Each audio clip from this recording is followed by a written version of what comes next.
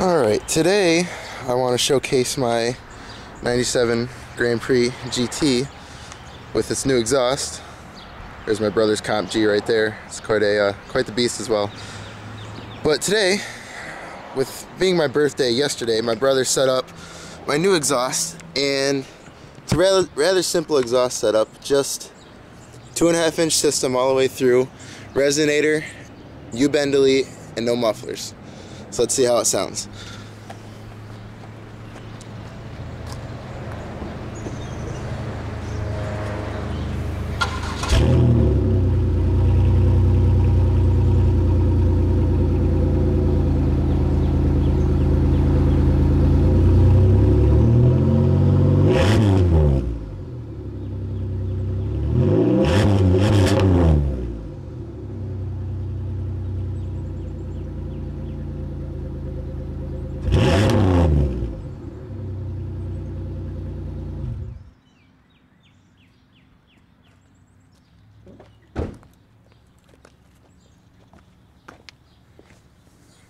Nothing too special, but a rather nice sounding exhaust, and I'm quite thrilled with it.